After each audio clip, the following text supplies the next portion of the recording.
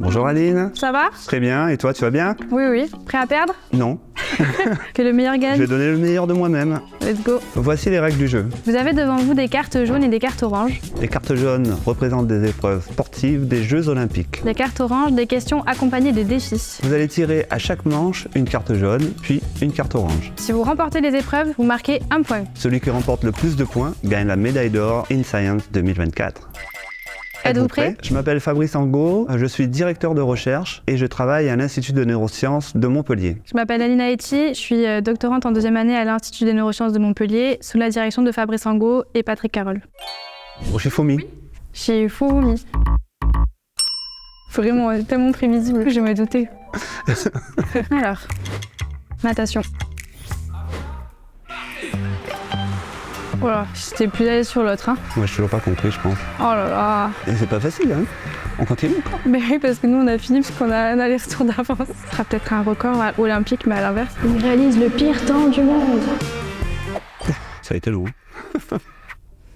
Quelle est ton activité préférée dans la recherche scientifique?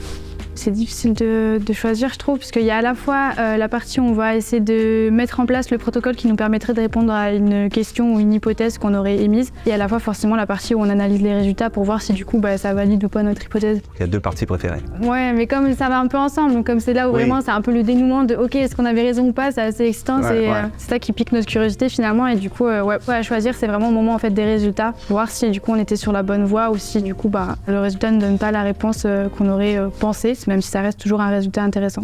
Carte jaune. Boxe. Ouf. Ça va être un beau combat. Première reprise. Ah ouais, Désolé. direct. C'est violent, hein. Oh là, bloc parfait. Oh, je suis trop bourrine, je crois. Je suis pas quelqu'un de très doux, du coup, ça se voit. Ouais, non, mais ça se voit pas. Je règle mes comptes, en fait. Bon, je crois qu'il n'y a plus rien à faire. Moi, je pense que t'as encore une chance. T'as pas fait ton coup spécial en plus. J'ai essayé de le faire, je crois, mais t'as bloqué. Ah bon? Oui, KO. Ouais. C'était un non-match. Deuxième reprise, une KO victoire. Ça fait déjà 2-0, non?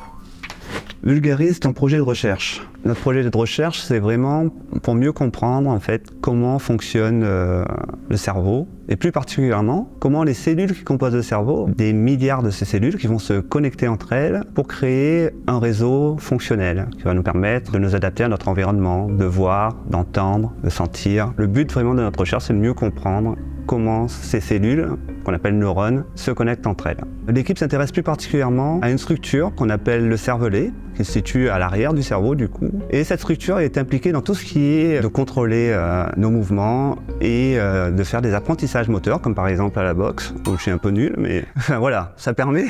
Déficit. Ou jouer au piano par exemple. Et on regarde ces circuits-là dans une pathologie particulière qui est la sclérose latérale amyotrophique, ou plus communément appelée maladie de Charcot, ou SLA. Et on part du coup sur une épreuve de volleyball. C'est ta spécialité? Non, moi ma spécialité c'est le basket. Coup d'envoi. Non mais là j'ai une excuse, si je perds c'est qu'il y a une intelligence artificielle, je pense que ça va être elle le maillon faible. Mince. Quel jeu d'équipe. Et il a compris, il sert que sur toi le bonhomme. Oh ce sauvetage, ah là il y a du game là.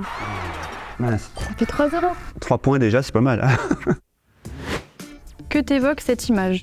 Alors, le cervelet humain, et on peut apercevoir pas mal de fissures. Dans ces fissures, en fait, sont organisés les neurones qui vont faire des connexions. On les inhibe, c'est-à-dire qu'on les empêche d'exercer leur fonction. Si une fois qu'on a fait ça sur un type cellulaire, on s'aperçoit que derrière, il y a un changement de comportement quelconque, du coup, ça va nous permettre de créer des liens et de dire, ok, vu qu'on a enlevé ce type cellulaire et que maintenant on a un défaut de motricité, par exemple, on va se dire, cette cellule est impliquée et importante pour les fonctions motrices. Et c'est pour ça qu'on le soupçonne d'être potentiellement impliqué dans des pathologies telles que la sclérose latérale amyotrophique qu'on étudie au laboratoire. Ce que je trouve assez incroyable, c'est que ce projet qu'on vient de commencer avec Aline, donc qui implique pas mal d'équipes au niveau de l'Institut, des équipes aussi à Paris et d'autres équipes de cliniciens situées par exemple à Dublin, c'est qu'au final, le cervelet n'a jamais été impliqué dans la SLA. Donc la SLA, c'est une maladie neurodégénérative qui va impacter et induire la perte des cellules qui sont à l'origine de la contraction musculaire, ce qui induit du coup une paralysie progressive. Au niveau clinique, ça se traduit par des symptômes tels que une perte de muscle musculaires, des difficultés à déglutir. À terme, on peut même avoir des difficultés à marcher. En général, les patients vont principalement mourir d'insuffisance respiratoire, puisque également leurs organes ne pourront pas se contracter correctement. Alors c'est en général une maladie qui est plutôt tardive, qui se déclare rarement avant 50 ans, même si, encore une fois, il existe des cas juvéniles qui peuvent être déclarés tôt. On a l'exemple simple avec Stephen Hawking qui a été diagnostiqué de la SLA autour de la vingtaine. Autour des 50 ans, plutôt le diagnostic, et l'espérance de vie après diagnostic, c'est de 3 à 5 ans. Ça aurait été trop drôle qu'on fasse « Non, ça me parle pas. » Non. C'est les genres d'images qu'on pourrait montrer, vous savez, chez les chirurgiens, chez les psys. Ça te fait penser à quoi? Vas-y, dis-moi tout.